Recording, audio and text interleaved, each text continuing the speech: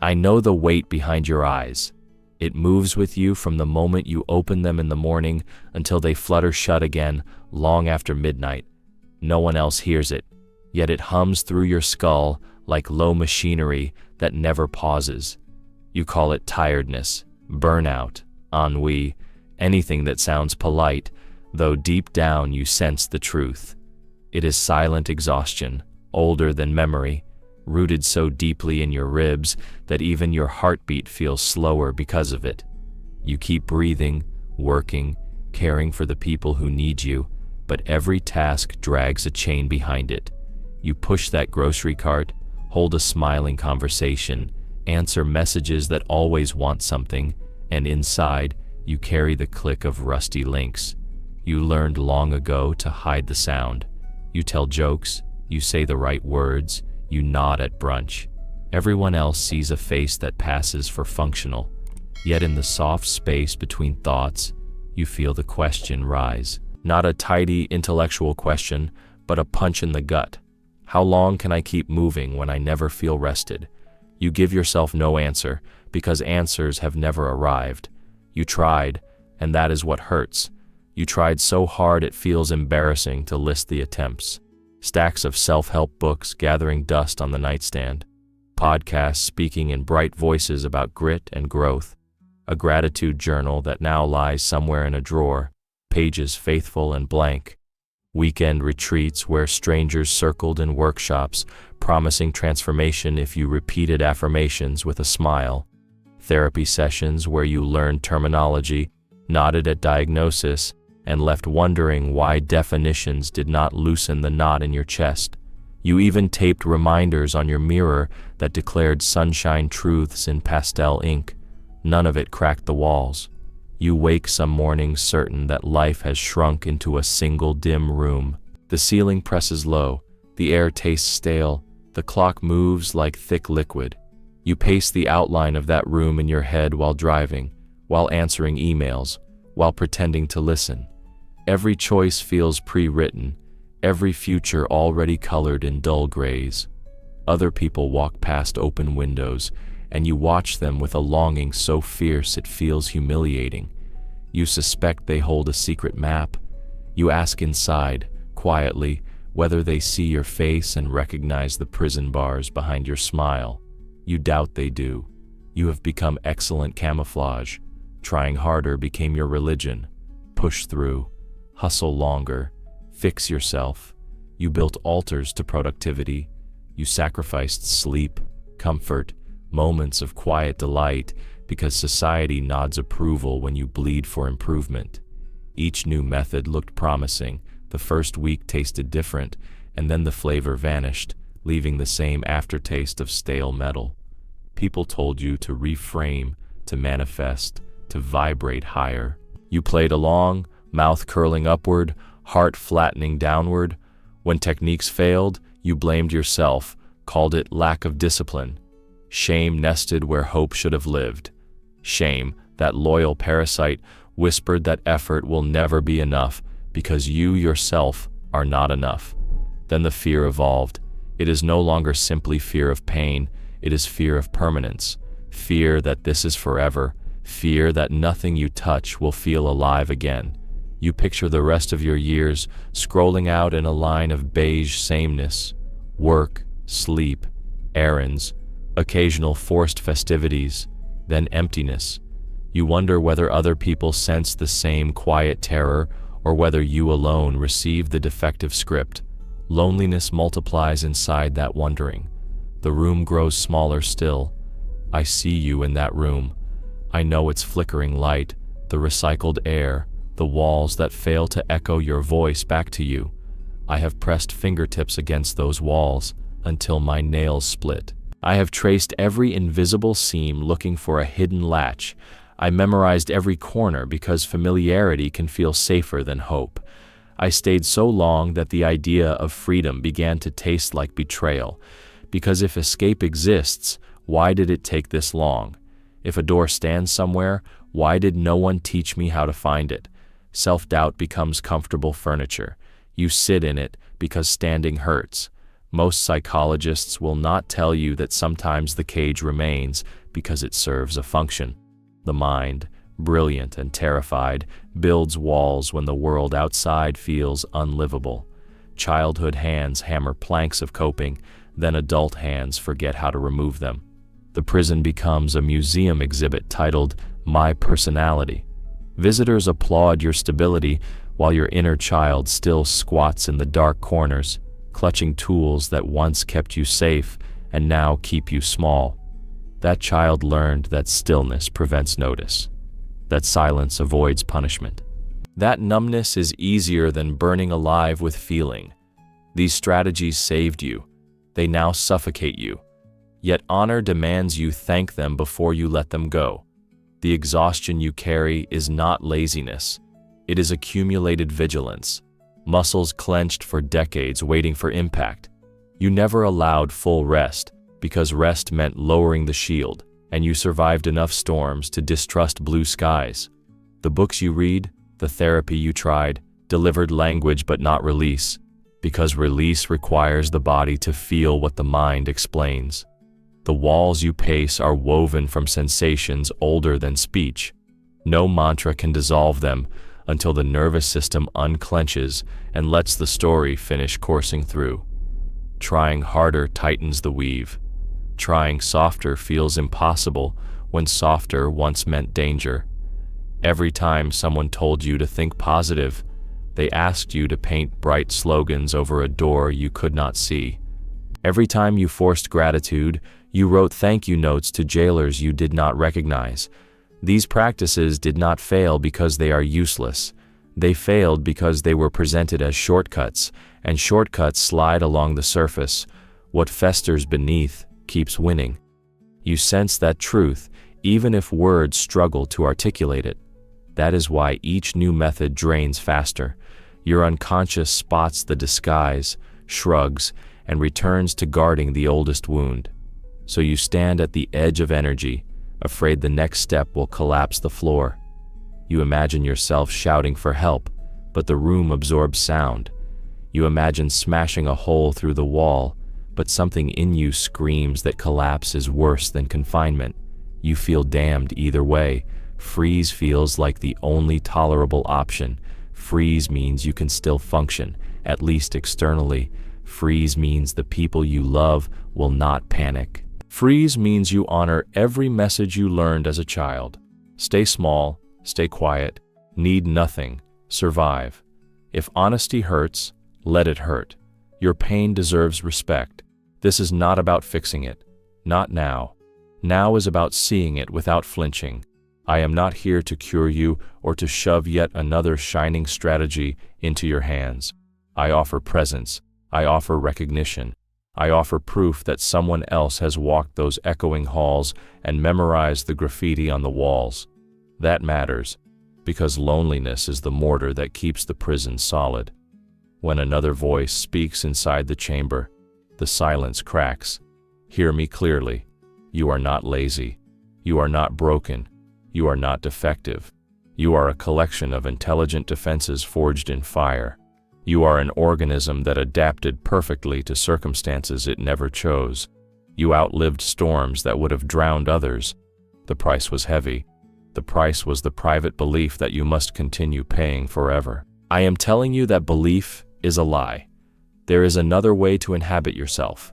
But first, the walls need names. You name them by feeling exactly what you feel, without numbing, without labeling it wrong. This naming hurts more than any hustle you ever attempted. The body shakes, the heart races, memories flicker like broken film. Old terror rises, because terror believes it still needs to guard you. Let it speak. It uses the language of sensation. It thrums in veins, clenches in stomach, spins inside eyeballs. Place your attention there. Hold it the way a parent holds a trembling child. Do not rush toward sunlight. There is plenty of time. You have already spent years surviving. A few moments of stillness will not kill you. They might, eventually, show you where the door has always been. I say this while standing beside you, not above you. Compassionate honesty means admitting my own hours in that same cramped room, pacing grooves into the floor, wanting to disappear. I learned that comfort can be poison when it disguises itself as peace. I learned that optimism without validity becomes gaslighting. I will never tell you to cheer up, because cheerfulness can silence necessary grief. Grief needs air. When it breathes, it moves. When it moves, cages loosen. Somewhere in your chest, there is a tiny flame that never went out. You know it because dread has never fully erased longing. You still want something. That wanting aches, and the ache proves the flame persists. It flickers when a song hits the right note, when a stranger's kindness slips past your defenses, when you smell rain after a difficult day. The flame whispers that life outside the room might still exist. You try to crush the whisper because hope sometimes hurts more than despair. Despair at least is predictable. Hope risks disappointment, yet the whisper remains. It is patient. It knows something your conscious mind forgot. Listen without needing to act. Let the whisper expand like smoke inside the room. Notice how the bars look thinner when the flame glows. Notice how your heartbeat syncs with its pulsing light. Every beat is a drum signaling that life has not surrendered. The mind loves logical conclusions, yet healing starts in sensation. Feel first, understand later. The intellect will catch up after the body shows the way. I will not promise that this gentle awareness will fix everything. There is no single fix. There is only process. There is only returning to sensation, again and again, until the nervous system believes safety. Safety cannot be argued into existence. It must be experienced. When safety roots itself, perception shifts. What once looked like iron bars reveals gaps wide enough for breath. Breath becomes movement. Movement becomes choice. Choice becomes life beyond the cycle. Right now, remain where you are. Feel the floor under your feet, the air brushing your skin, the temperature inside your palms. These small facts ground you in reality. Reality is softer than fear pretends. Fear repeats old stories, yet the present moment contains different furniture. The walls may still stand, but they are made of memory, not stone. Memory wears edges with exposure. Truth works like sandpaper, slow, relentless, honest. You have waited a long time for permission to acknowledge the magnitude of your fatigue. Take it. Let your shoulders sag. Let your breath drop lower into the belly. You do not owe anyone an immediate comeback. Survival already proves your strength. Rest proves your humanity. In the pause, you will hear the prison settle, creak, reveal its seams. Sound guides vision. Vision will come. Hold for it. Stay with me. Feel the heartbeat that never surrendered. Honor the flame that never extinguished. Accept the exhaustion rather than curse it. Acceptance is not surrender. Acceptance is the doorway to precise action. You cannot disarm an enemy you refuse to see, and you cannot transform pain you deny. See it now, in all its heaviness. You survive while carrying boulders. When you finally set them down, gravity will feel like a gift. You are not alone in this room.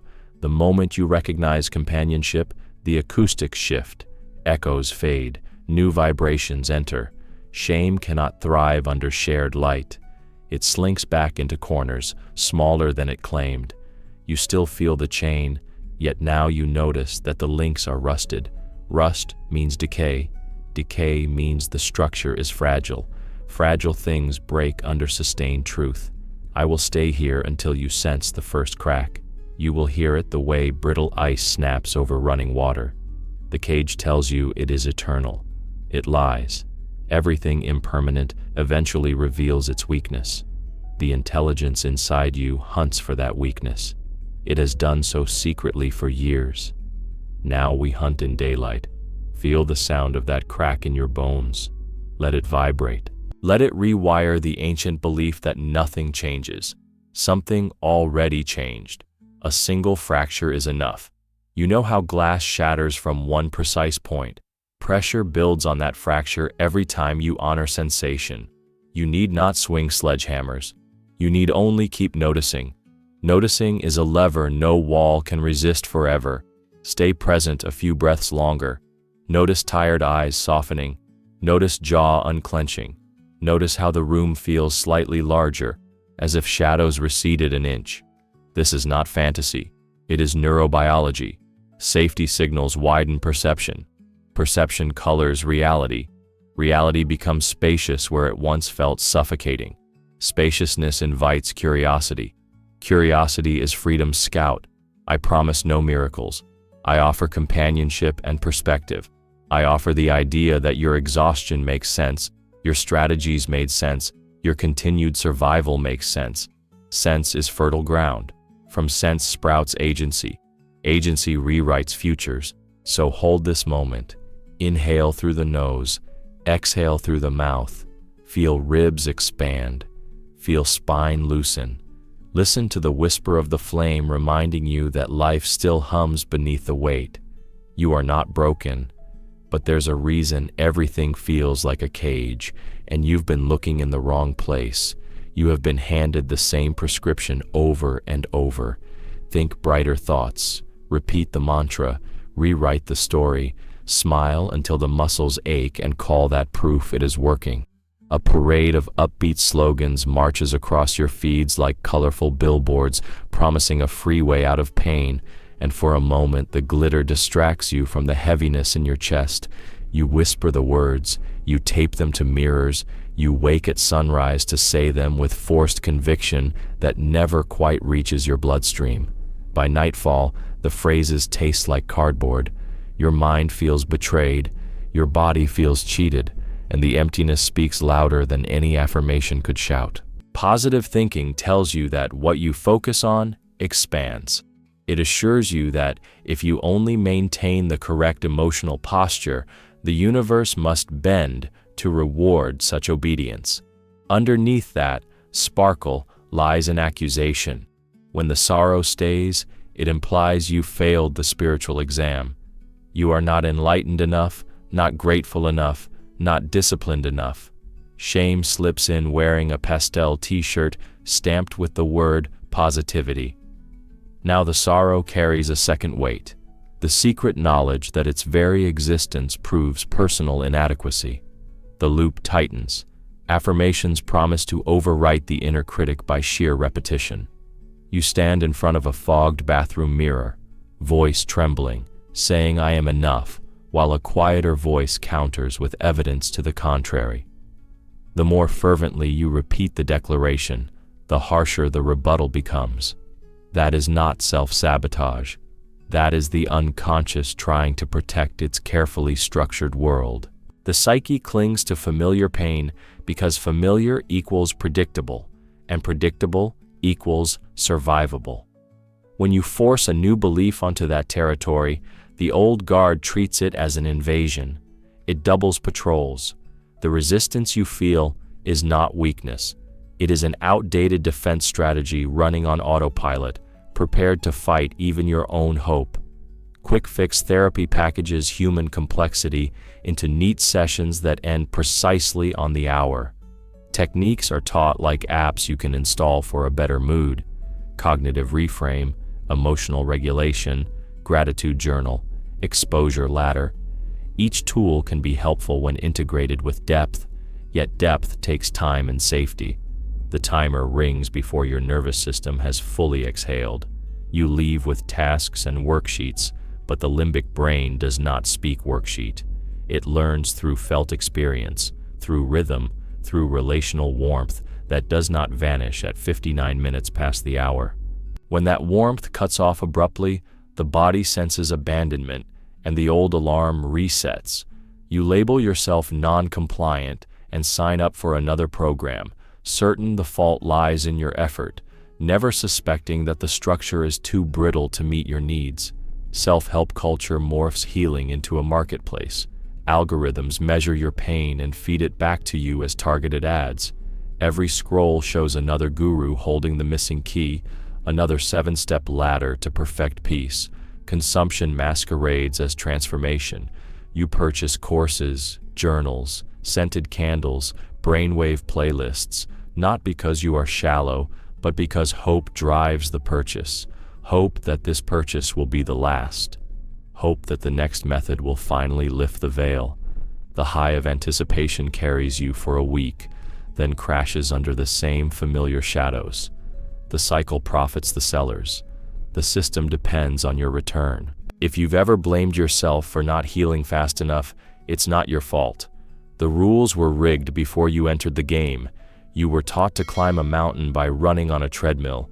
The illusion of forward motion keeps you exhausted and stationary, and every drop of sweat becomes proof of your commitment, even while the scenery never changes. You decide the solution must be to run faster. You crank the incline. You deplete reserves that should have fueled joy, connection, and curiosity. Eventually, the body forces a halt through illness, burnout, or collapse. Still, a voice inside insists that stopping equals failure. The treadmill hums, waiting, a monument to unexamined loyalty. The system profits from keeping you chasing an illusion of happiness. Entire industries thrive on your lingering dissatisfaction.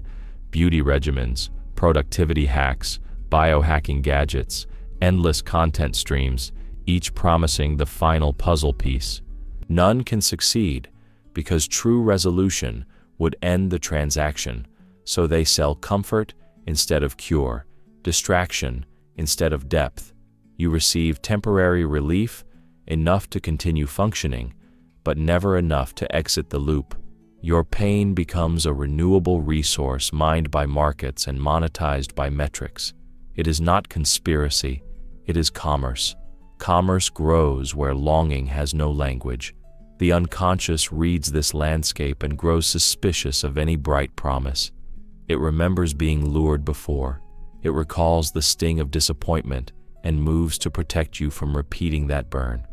Protection arrives as numbness, cynicism, or outright sabotage. You sign up for the workshop and forget to attend. You practice the breathing exercise twice, and then it slips your mind. You plan the perfect morning routine and wake inexplicably exhausted. On the surface, it looks like self-defeat. Beneath, it is self-preservation. The psyche would rather endure familiar suffering than risk a new heartbreak. Here lies the paradox. The harder you try to escape the pain, the tighter it grips you. Effort signals danger to the nervous system because effort implies a threat that must be outrun. Muscles tense, breath shortens, adrenaline drips. Pain senses pursuit and sprints ahead, staying just beyond capture. You chase more frantically, pain flees faster, and together you trace circles that etch deeper ruts into the ground of your life. Stillness feels counterintuitive, even rebellious, yet stillness is the only gesture that breaks the chase. When you stop pursuing relief, pain turns slowly to see if the game has ended. Only then can dialogue begin. Unconscious resistance is intelligent. It learned its craft during earlier battles where retreat equaled survival. Perhaps a childhood where vulnerability met ridicule. Perhaps a relationship where openness was weaponized. Perhaps ancestral echoes of displacement, famine, or war stored in tissue memory. Your present mind may not recall the original wound, but the body keeps the transcript. Each time you approach a threshold of change, alarms ring. The siren says, "This is unfamiliar territory, and unfamiliar once meant danger." The siren is not lying. It lacks context. It speaks in absolutes crafted when you had fewer resources.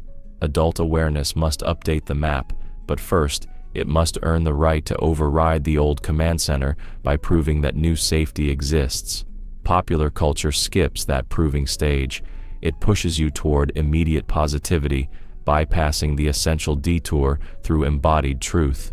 Skipping that detour is like painting over mold. The wall looks clean for a season until spores multiply in the dark and reappear with greater vengeance. You scrub harder, ashamed that the stain returned. The issue was never your scrubbing. The issue was moisture hidden behind drywall. Healing requires peeling layers, finding the leak, letting fresh air circulate.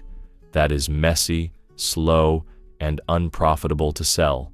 So merchants advertise new premium paint, glossier than before. And if this hits you right now, subscribe. This truth isn't for everyone, but if it's for you, stay. We are not collecting numbers. We are gathering those tired of bright branding on broken promises. Your presence signals readiness to trade illusion for integration. Let us name another illusion. That insight alone equals transformation. You have gathered insights like stamps in a passport.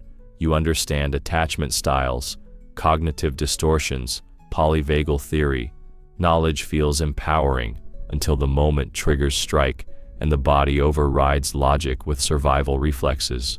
Then knowledge feels like betrayal because it cannot stop the shaking hands or racing thoughts. Integration requires repetition in calm states, practice inside functional relationships, patient rewiring of pathways formed during chaos. That work seldom makes highlight reels. It happens in ordinary rooms, in conversations that feel awkward, in pauses where the old impulse screams for action and you choose breath instead.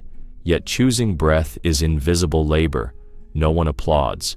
Social media does not reward nuance.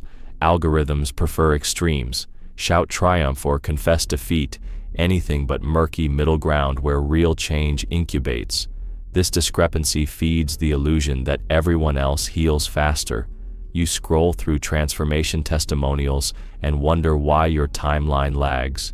You suspect a personal flaw. The truth is simpler. Most people post before the relapse, before the integration gap, before the next layer surfaces. They show the motivational montage, not the director's cut, where tears blur the camera lens. Comparing your backstage to their highlight reel perpetuates self-contempt. Culture also sells the myth of the singular breakthrough.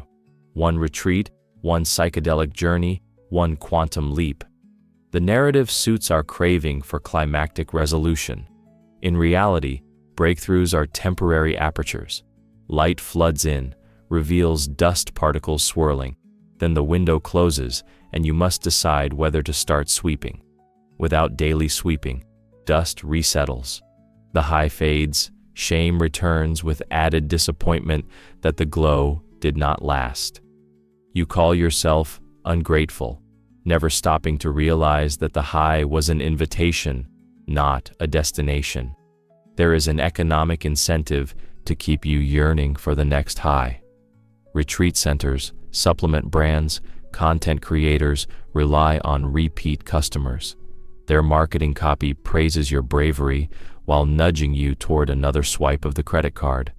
This is not villainy. Individuals may carry genuine care. The machinery around them nonetheless turns pain into product. Awareness of this dynamic can feel cynical at first, yet it ultimately liberates. Seeing the gears demystifies the spell. You no longer personalize the failure of a product that was designed to loop. The psyche, sensing the loop, enacts defensive hopelessness. Better to declare nothing works than to risk one more failed attempt. Hopelessness becomes shield. Under that shield, a quieter figure shivers, the part of you that still longs for aliveness. This figure has learned to whisper because loud longing invites ridicule in a world that markets certainty. Yet longing persists because it belongs to life force itself. Life force refuses annihilation. Every affirmational failure, every positive thinking collapse, every therapy letdown has delivered data to the unconscious. The data says external authority cannot override lived reality. The next step is turning that statement inside out. Lived reality can become the authority. Turning inward, you meet resistance again. Not the old cynical defense, but a subtler dread that inner landscapes hold monsters. Popular spirituality villainizes ego, shadow, trauma, painting them as obstacles rather than citizens of the psyche. When inner parts feel demonized, they hide, sharpening claws, waiting to strike. Integration begins when you approach each part as messenger. Messenger means information carrier. You listen without judgment, and judgment loses purpose. Fear dissipates under the weight of understanding. You may notice an urge to map progress. The mind loves metrics, stages completed, triggers conquered, hours meditated. Metrics echo school systems where achievement guaranteed approval. Healing ignores report cards. Some weeks you glide, some weeks you crawl. Progress often disguises itself as relapse. The day you spiral back into anger might be the day you finally allow anger to speak without restraint, breaking a lifetime of suppression. From the outside, it looks like failure. From the inside, it marks emancipation. Only you can feel the distinction. External validation will lag. Accept the lag. Unconscious resistance relaxes when you stop forcing it to relax. Paradox sits at the heart of the process. You invite change by ending the war against what is. Acceptance sounds passive to a culture trained in hustle. Acceptance is the most active stance imaginable because it channels energy toward direct contact with reality instead of splintered resistance. When the body experiences acceptance, shoulders drop, breath deepens, and neural pathways open to new information. Change enters like a guest, not an intruder. As acceptance grows, you glimpse how pain once acted as guardian. Depression flattened you into immobility so you would not run headlong into more harm. Anxiety scanned the horizon because long ago, danger did approach without warning. Perfectionism erected high standards to prevent the criticism that once stung like arrows. These guardians worked overtime, and exhaustion is the natural consequence. When you honor their service, they step back, trusting that newer, wiser forms of protection exist. Gratitude here is not forced positivity, it is accurate appraisal of survival strategies. At this juncture, another illusion crumbles, the belief that you must eradicate pain. Pain is sensory messaging. Remove the messenger and you lose vital data. The goal is not a painless life, it is fluent conversation with pain. Fluency means you respond, not react. Responding is slower, deliberate, tuned. Reacting is spasm. Popular culture idolizes pain-free living because it markets neatly. In reality, those who relate skillfully to pain appear grounded, not euphoric. Groundedness lacks the cinematic sparkle that sells, but it offers durability. Durability withstands storms without fanfare. That is the freedom you secretly crave. Here, you might feel a tremor of grief for wasted years chasing illusions. That grief deserves ceremony. Light a candle, write a letter, walk a silent mile. Mark the turning. What you name you own. What you own you can transform. Grief cleans the wound where hope can re-enter with tempered expectation. Resistance will revisit, testing each new boundary. When it arrives, greet it by name. Say, "Hello, protector, I see you." The naming diffuses charge. No battle ensues because recognition satisfies the need to be acknowledged. Protector settles, space opens, insight follows, integration deepens. You stand outside the marketplace now, listening to the carnival songs promising miracle cures. They still sound enticing, yet you recognize the melody. You feel the tug, smile at the memory of being pulled along, and remain rooted. Rootedness is not stagnation, it is grounded movement. When you move from roots, each step transmits information up the trunk, out through branches. Wisdom circulates. There will be days when you forget, swept again into glossy promises. That is expected. Conditioning does not dissolve overnight. The difference is that forgetting no longer spirals into self-loathing. You notice sooner, step back, shake the glitter from your hair, and return to the slower rhythm of genuine contact. Each return carves a deeper groove of self-trust. Self-trust was the missing ingredient all along. Your nervous system begins to store evidence that stepping off the treadmill does not equal death. It catalogs evenings spent doing nothing productive, yet feeling oddly whole.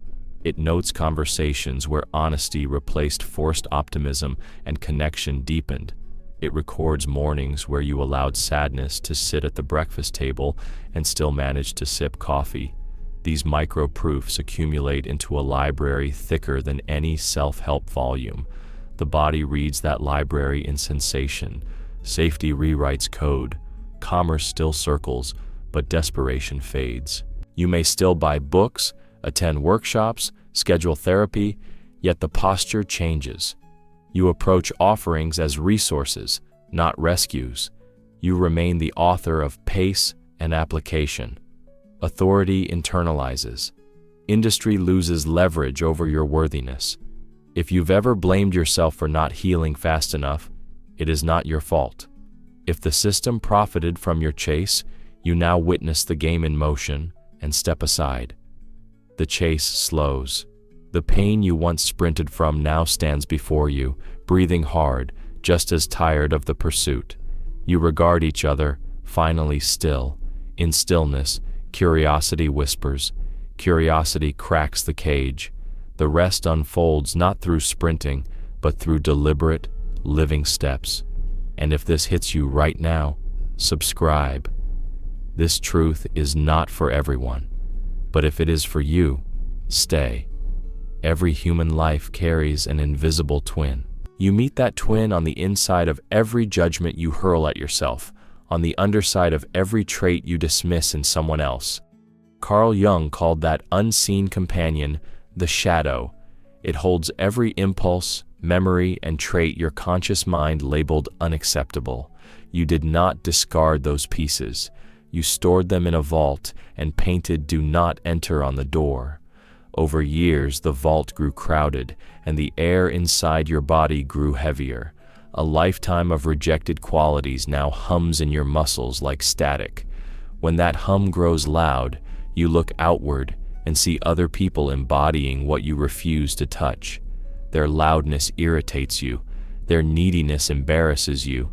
Their aggression frightens you. You name them the problem.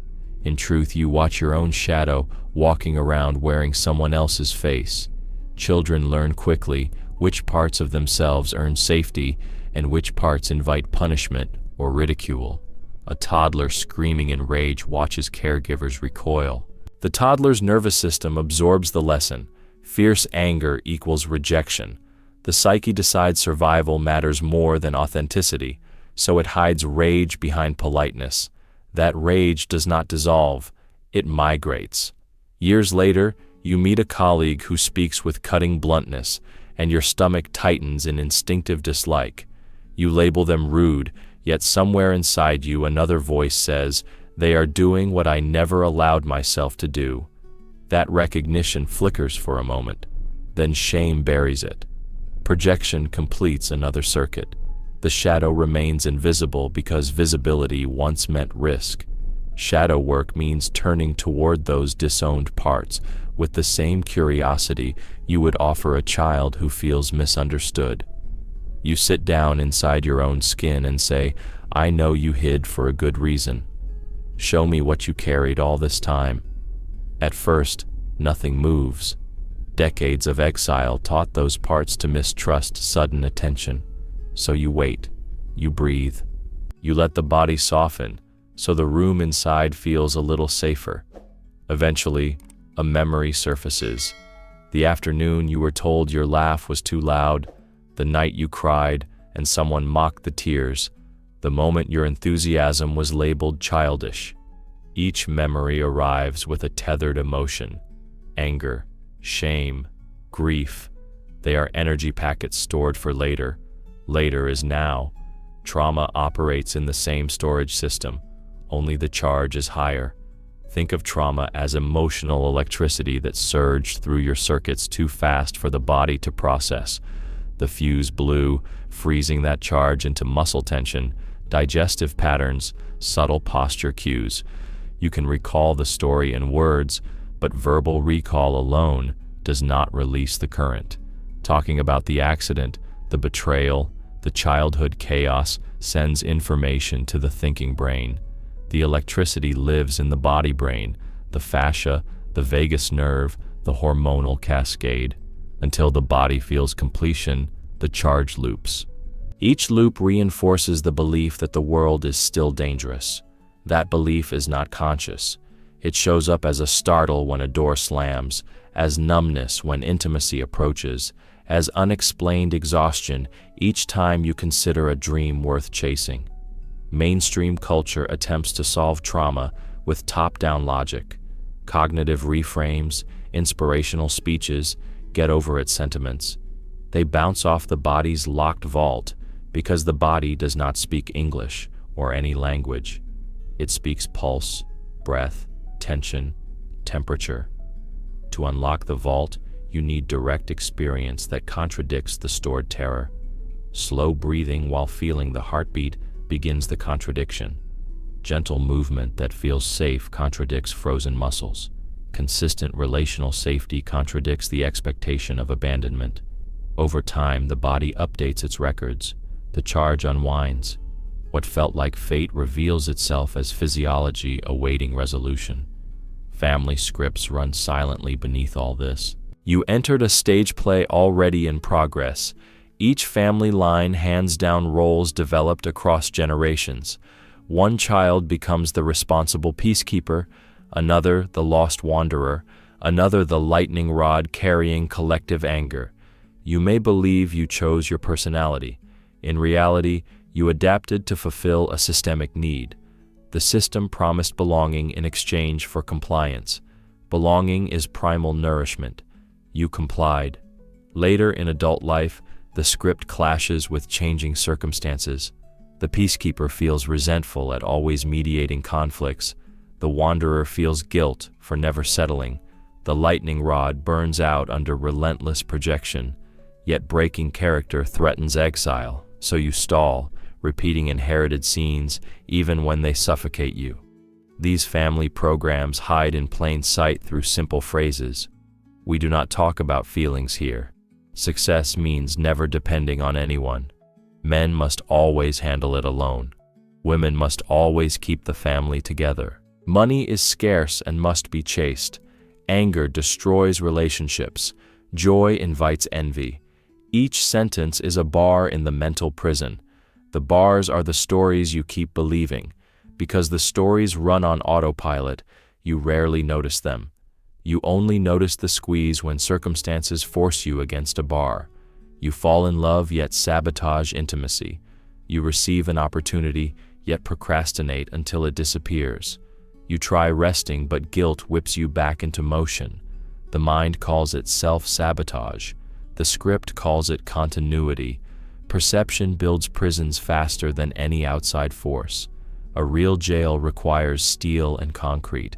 A perceptual jail needs only repeated thoughts reinforced by bodily reactions. You feel the walls because each thought triggers the same neurochemical pattern, and the sensation maps onto the idea of confinement.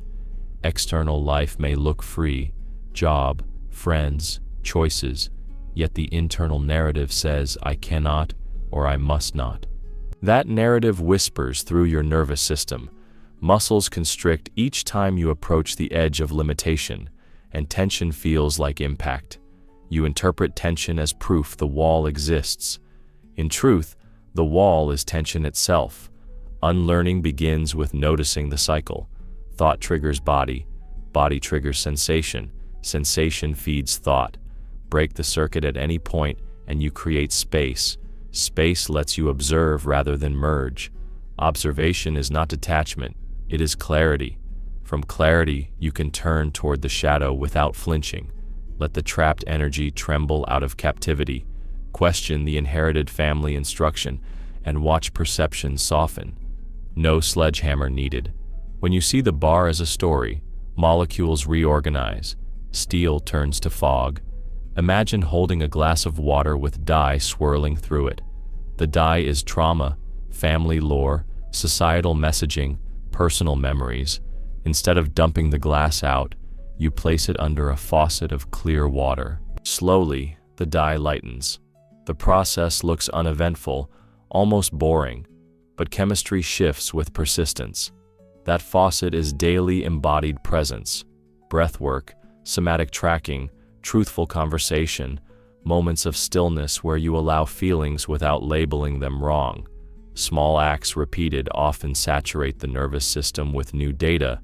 New data edits old scripts. Notice this editing as it happens.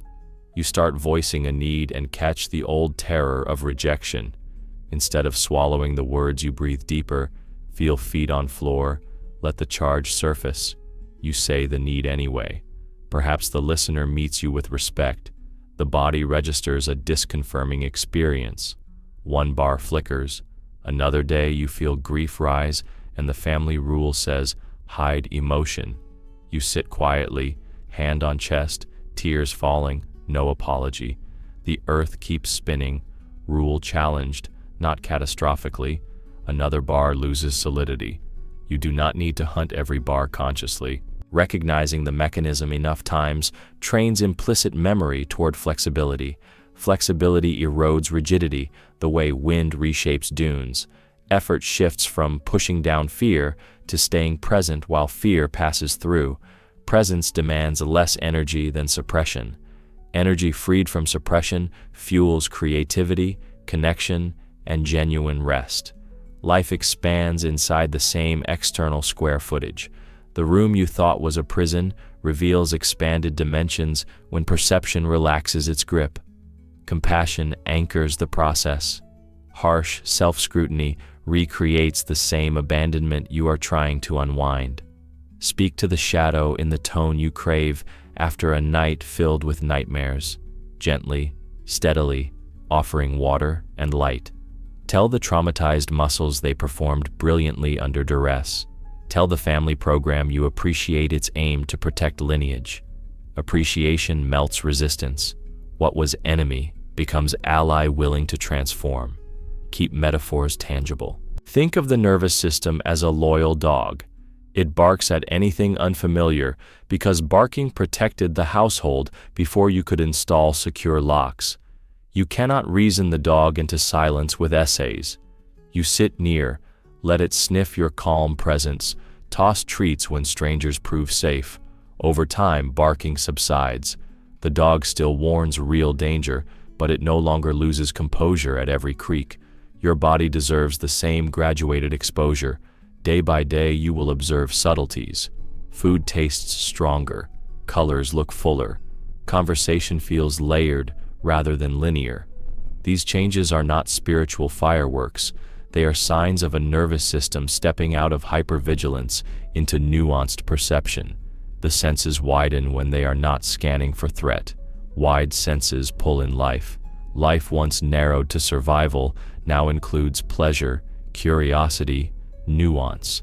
The room brightens further. At this stage, the mind may panic, fearing regression. Old stories claim the brightness is temporary. That claim itself is a bar. Notice the story, feel the contraction, breathe, let it uncoil. Each cycle of contraction followed by conscious release reinforces trust. Trust is the solvent that loosens the last rust on those bars. Eventually, you look around and see open space stretching in directions you never imagined. You don't need to break the bars. You need to see that they were never solid. Pain is not your enemy. Pain is the messenger that has been banging on the locked door since childhood, waiting for you to open it and listen. Every flash of anger in traffic, every hollow throb in the center of the chest at 3 a.m, every clench in the gut before a difficult conversation carries information your conscious mind has tried to ignore. The mind labeled these signals negative and ordered them to stand outside. The signals waited in the rain, gathered in number, and learned louder ways to gain attention. Headaches replaced whispers. Insomnia replaced gentle reminders. Autoimmune flares replaced polite notes. The body raises the volume when previous alarms are silenced. Listening does not mean surrendering to endless misery. Listening means decoding the signal so the nervous system can stop shouting. Rejecting darkness tightens its grip. Repression does not dissolve emotion. It forces it underground, where it grows teeth. The more you tell grief to stay quiet, the more often it slips out sideways as irritability or numbness. The more you shame rage, the more it seeks expression through passive aggression or sudden explosions that shock even you. Denial strengthens the shadow, because what you deny you cannot regulate. What you refuse to own owns you. The inner critic thrives on shame. Shame is its oxygen. It points to pain and declares weakness. It sees every stumble as evidence that you will never be free. It compares your backstage to everyone else's highlight reel and calls that proof of personal failure. Shame keeps the critic employed. The critic keeps shame alive. They work in tandem like two hands tightening the same knot. You cannot silence the critic by yelling back. Yelling uses the same frequency. You shift the dynamic by removing shame from the ecosystem. Without shame, the critic loses fuel and begins to mumble instead of roar. Mumbles are easier to hear with compassion, and compassion rewrites the script. Radical honesty with self starts here. Honesty is more than admitting you feel bad. Honesty is naming the exact flavor of the feeling and the desire beneath it. Stating I am sad scratches the surface. Stating I feel abandoned whenever a friend cancels plans opens a doorway. The doorway leads to a memory, a childhood evening when a caregiver forgot to pick you up. That forgotten evening left a neural imprint. Present-day cancellations rub the same spot. Radical honesty connects current emotion to origin story without judgment. Judgment slams doors. Curiosity opens them. Sitting with discomfort instead of numbing is a practice, not a performance. It begins in small increments. The next time anxiety buzzes in the sternum, resist the habitual scroll through news feeds. Place a hand on the heart. Notice temperature, pressure, texture. Name the sensation like a reporter. Warm fluttering, tight swirl, pulsing heat. Stay until the wave peaks and ebbs. Waves always ebb. The body cannot maintain maximum arousal forever. Learning this through direct experience builds trust that feelings are temporary visitors, not permanent squatters. Each successful sit rewires the fear network, teaching it that discomfort is survivable. Dialogue with the shadow happens when honesty and presence form a safe container. Picture a round table inside the mind. Invite the part that feels rage, the part that feels envy, the part that feels fragile. Speak to them as you would speak to a friend who has been misunderstood for decades. What do you need? How long have you carried this weight? The parts communicate through images, sensations, and words that arise spontaneously. You write their responses in a journal or speak them aloud during a walk. Do not analyze in the moment. Simply record. Later, patterns reveal themselves. The angry part might always mention unfairness. The envious part might mention scarcity. These patterns are clues pointing to unresolved stories. Integration is gathering the clues, updating the storyline, and giving each part a new job aligned with present reality. Grounded hope grows from this process. Hope that is grounded feels steady in the belly, not fizzy in the head. It does not gloss over difficulty. It stands on data collected through lived experience. You sat with a panic wave and survived. Data point.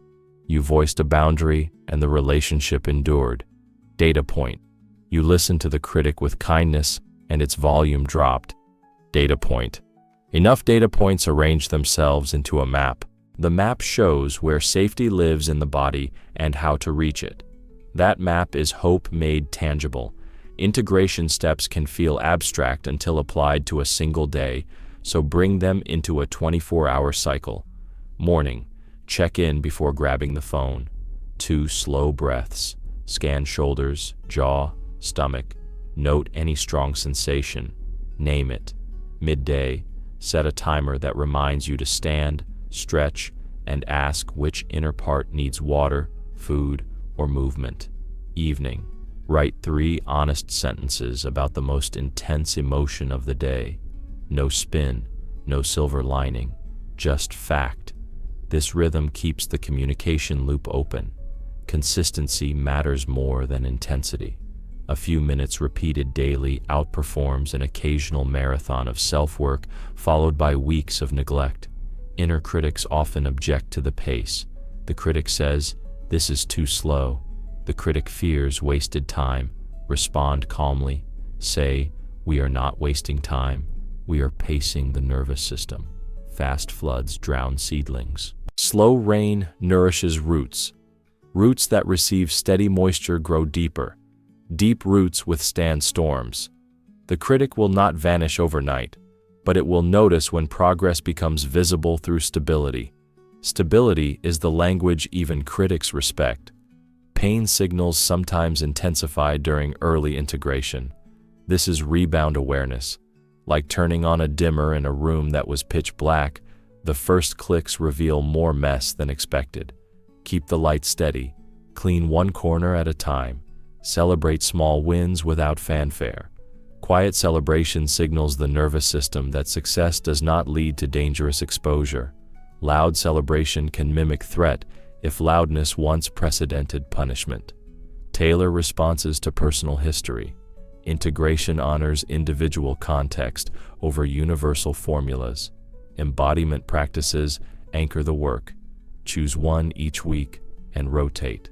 Examples: humming to activate the vagus nerve, gentle shaking to discharge stress, slow mindful walking barefoot on grass, progressive muscle release while naming each body part.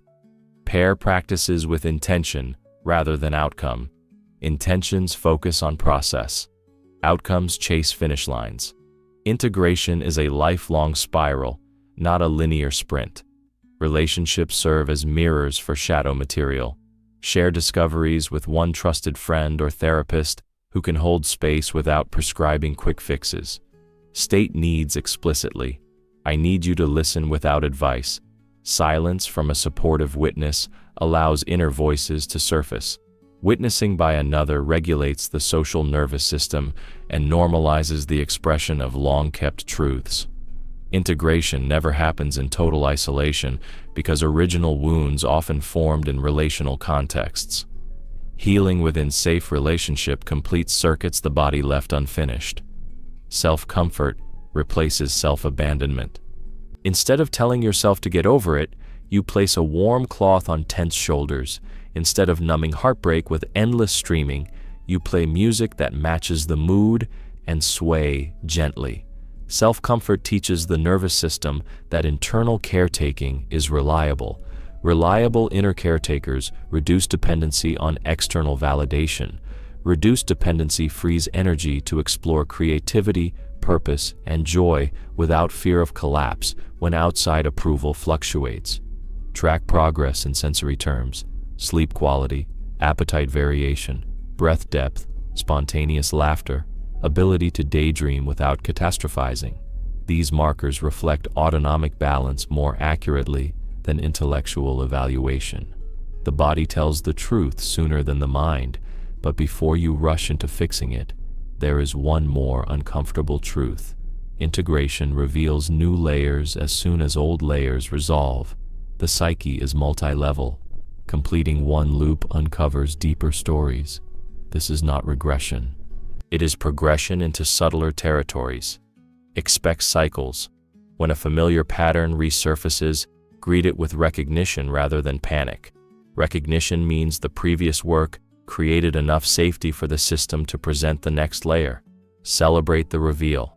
A hidden splinter surfaced is a splinter ready for removal. Grounded hope accepts perpetual unfolding. The destination is not a pain-free existence. The destination is fluent communication with every fragment of self. In that fluency, each emotion, each sensation, each critical voice gains appropriate volume and timing. Choirs do not sing every note at max volume. Harmony relies on balance. Integration conducts the choir so that pain sings its necessary line, then rests while another voice takes the melody. Continue to honor discomfort as data. Continue to practice radical honesty that names the story under the symptom. Continue to sit, breathe, and feel until the wave finishes its arc. Dialogue with the shadow until its stories update. Gather evidence until hope feels like a grounded companion rather than a fleeting visitor. Walk this path in spirals, trusting that each revolution brings deeper presence. The cage dissolves in increments. With every breath of acceptance, the room grows wider. Darkness becomes color. Pain becomes guide. The critic becomes archivist. The self becomes whole enough to stand, stretch, and step forward into uncharted space that no longer feels threatening, but inviting. Remember the paradox. You leave prison by learning to inhabit it fully, noticing how the bars fade when touched with awareness. That simple act of turning toward discomfort rewrites the body's encyclopedia. The next volume, titled Freedom, writes itself beneath your steady hand. You waited a lifetime for a hidden lever that would slide open a secret door and reveal the clear sky. The lever never appeared. The walls never parted. The harder you searched, the more exhausted you became, until the search itself felt like dragging chains across concrete. Today, the truth stands bare. There is no magic door. Freedom begins the moment you decide to stop running in circles and sit with the weight that has chased you through every season. Running once kept you alive. When terror first rose behind your ribs, sprinting away made perfect sense. Speed felt like agency. Forward motion promised distance from the memories that burned your skin. Then decades passed, and the landscape never changed because you carried the fire inside your own chest. Turning toward that fire seemed insane. Everything in your nervous system screamed that the flame would consume you. The paradox is that the flame only grows when feared. Fire left unexplored feeds on oxygen drawn from panic. Fire approached with steady breath loses momentum, revealing embers that need tending, not escaping. Your life will not transform because you chase light. Light without darkness is glare that blinds honest vision. Transformation begins the moment you face the place you kept in shadow and say, I am willing to witness you exactly as you are. The darkness answers with stories it has guarded since childhood. Those stories may sound like inadequacy, guilt, rage, or longing. Listen anyway. Listening is not indulgence. Listening is leadership. A leader stays in the room when discomfort surfaces and guides the conversation toward integration rather than exile. Choice stands at the center of this turning. Choice does not mean blame. Blame springs from the same soil as shame, and shame fuels paralysis. Responsibility is different.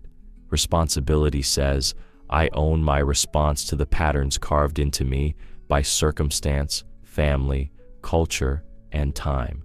I did not choose every wound, but I choose how to carry each scar. I choose whether the scar dictates every step forward or becomes textured evidence of survival that no longer controls direction. Self-punishment masquerades as responsibility in many healing narratives.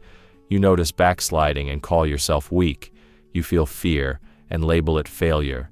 That cycle serves the inner critic's agenda. Prove you are hopeless, so the critic can keep you small where it believes safety lives. Firm compassion untangles this knot. Firm means acknowledging consequences. Compassion means holding yourself the way you wish someone had held you the moment pain first entered your bones. When firmness and compassion combine, accountability feels like dignity instead of humiliation.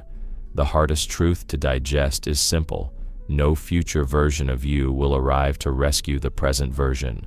No teacher, lover, coach, or deity will descend in cinematic glory to lift the burden from your shoulders.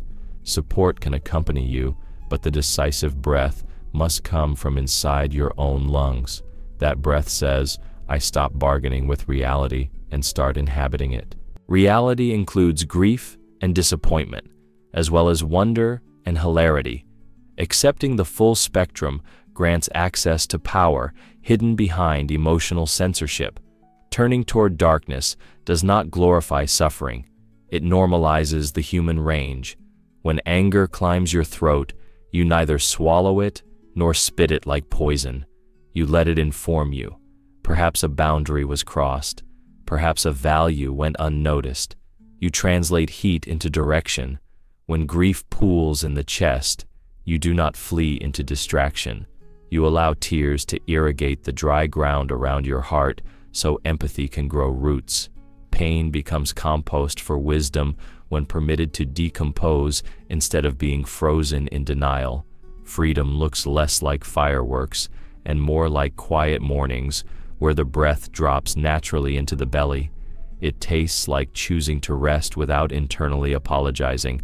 It sounds like laughter that rises unforced because nothing inside whispers that joy is unsafe. The absence of torment can feel unfamiliar, even boring, after years spent in high alert. Boredom soon reveals itself as spaciousness. Spaciousness invites creativity, intimacy, mischief, stillness. All the colors that could never fit inside a life lived on the run begin to appear. Do not wait for perfect readiness. Readiness grows through action, not before it. Commit in small, visible ways. Speak one truth to one trusted person. Sit with one urge to numb and let it crest without obeying. Offer one gesture of kindness to the weary part inside that once received only commands. Each small act lays a brick. Bricks accumulate into pathways. Pathways connect to landscapes unexplored by the panicked mind. Remember that progress unfolds like seasons, not like assembly lines. Winter does not rush because spring looks impatient. When an old sadness returns, greet it as returning weather, not sabotage. You survived previous storms. Your shelter is stronger now. Use the tools earned through earlier cycles. Breath, presence, honesty. Reach for support instead of isolation. Each repetition engraves resilience into muscle memory. There will be nights when the critic revives every painful headline from your past and declares you unfit for freedom. Meet that voice with straight posture and soft eyes. Say, I hear you. I understand why you learned to doubt me. Doubt kept disappointment at bay. Today, I choose trust. Stay and watch if you want. The critic may continue muttering, but the volume lowers each time you refuse the old dance. Community strengthens this stance. Isolation is fertile soil for self-deception. Connection brings mirrors that reflect blind spots and victories alike. Stand alongside others on the path and share the reality of your process. The messy middle, the incremental triumphs, the setbacks that taught more than any success story. Community built on truth rather than performance becomes a sanctuary where shame cannot thrive. Your choice today is simple, though never easy. Stop running. Turn. Face what follows you. Name it ally in disguise. Offer it a seat at the table of your awareness. Ask everything it knows. When the conversation ends, stand together and walk forward. If you see yourself in these words, comment, I'm done running from pain. Let's see how many of us are ready for truth. If you're ready to face your shadow, comment, my darkness is my strength. Let's create a community that fears nothing inside. This is only the beginning, and the road ahead holds valleys and summits you cannot yet imagine. Walk anyway, step by steady step, with eyes open to both dusk and dawn. The horizon waits inside you, and each breath draws it closer. You have walked through memories that once felt heavy enough to crush bone, yet you are still breathing. The fact of that breath proves the resiliency running beneath every scar. Notice its quiet cadence, how it rises without command and settles without applause. In its rhythm lives the evidence that life continues even when the mind believes all roads are blocked. Let that awareness settle in your chest like candlelight, steady, understated, reliable. For years you ran on a road that never led away from pain because the running happened inside the same small circle. The scenery blurred until you mistook motion for progress, exhaustion for dedication. Tonight, that confusion has thinned. You recognize the difference between effort that buries pain and effort that befriends it. The discovery feels tender, maybe even raw. because new clarity exposes how long you have fought shadows cast by your own body. Hold that tenderness the way you would cradle a fragile seed. It promises growth if protected from the winds of self-judgment. The path ahead no longer demands sprinting. Instead, it invites deliberate steps upon solid ground. Each step will call for attention to what you feel underfoot, the subtle give of earth, the vibration traveling through bone, the subtle dialogue between gravity and the muscles that keep you upright. Walking slowly enough to notice these details is not indulgence. It is practice in staying present. Presence nourishes the nervous system the way deep water nourishes roots. Roots grown in depth stand against storms that topple shallower trees. You may sense a quiet grief for occasions missed while you chased distant light, convinced that stillness spelled stagnation. Let that grief breathe.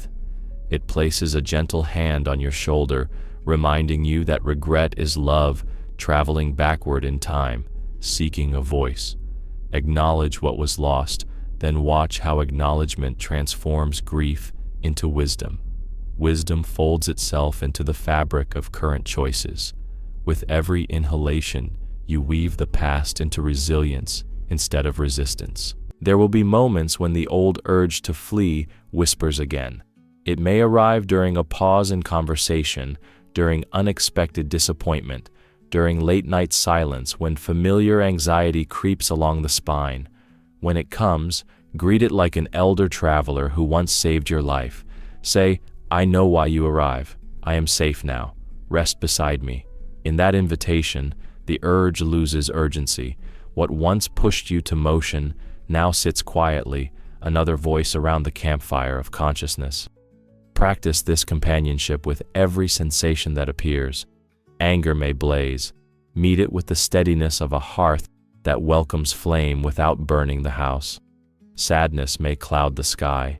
Meet it with the gentle certainty that clouds bring rain, and rain eventually feeds fields of color. Boredom may hover like gray dust. Meet it with curiosity, noticing the subtle shifts in breath and heartbeat that linger beneath apparent monotony. The more fully you receive each state, the less each one must shout to be acknowledged. Your inner critic will likely attempt a final campaign, urging you to turn this journey into yet another performance metric. Smile outwardly or inwardly at its predictability. The critic learned that control feels safer than trust, so it checks the locks even when the doors are wide open. Offer appreciation for its vigilance, then redirect its sharp sight towards something useful, perhaps discerning which relationships truly nourish growth and which drain your newfound energy. Given a worthy task, the critic shifts from saboteur to sentinel. As days collect behind this moment, you will notice subtle changes others might overlook. Laughter will rise more easily, not because life suddenly simplified, but because tension no longer chokes its ascent. Food will taste richer because your senses are not dulled by constant cortisol. Sleep will deepen since the mind no longer stands guard against unexamined nightmares.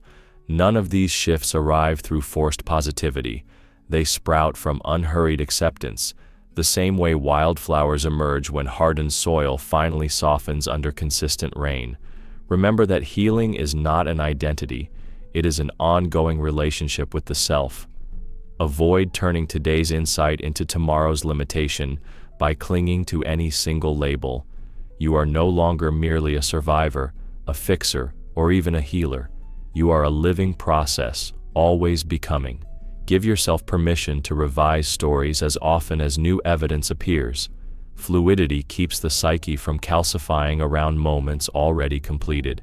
Community will matter even more now. Freedom expanded within isolation risks shrinking again in the face of collective pressures. Share your quiet revelations with those who can listen without rushing to label or solve. Receive their stories with the same patience you cultivate inwardly. Together, these exchanges create a fabric strong enough to carry weight none of you could bear alone. From such fabric, cultures of honesty grow, cultures where vulnerability earns respect, and conflict signals opportunity rather than threat. You might feel an impulse to teach these lessons immediately. Notice whether that impulse springs from generosity or from a subtle wish to skip further internal work by fixing others. If generosity truly guides you, your presence will teach more effectively than any lecture. Quiet steadiness radiates an energy friends and strangers notice without knowing why. They may ask what changed. Offer your experience without prescription, and trust each listener to translate it through their own wisdom. As twilight settles, return to your breath. Feel the cool air enter and the warmer air leave. Here is the simplest proof of continuation. Exchange happening in real time, body and world meeting at the threshold of lungs. This meeting requires nothing spectacular.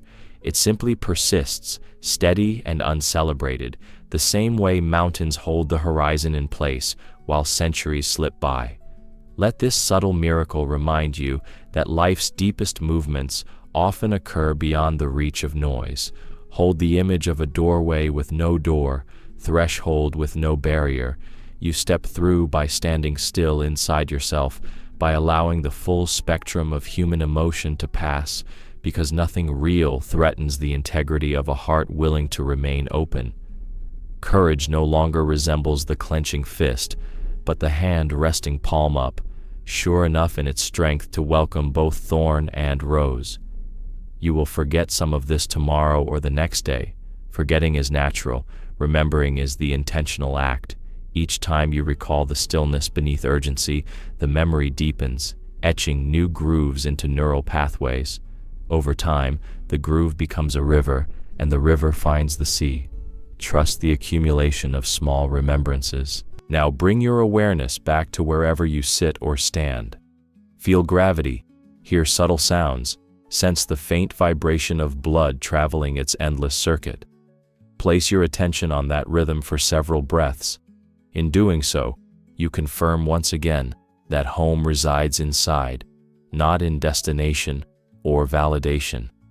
You carry everything needed for the road ahead. This isn't the end, it's just the first time you've stopped running.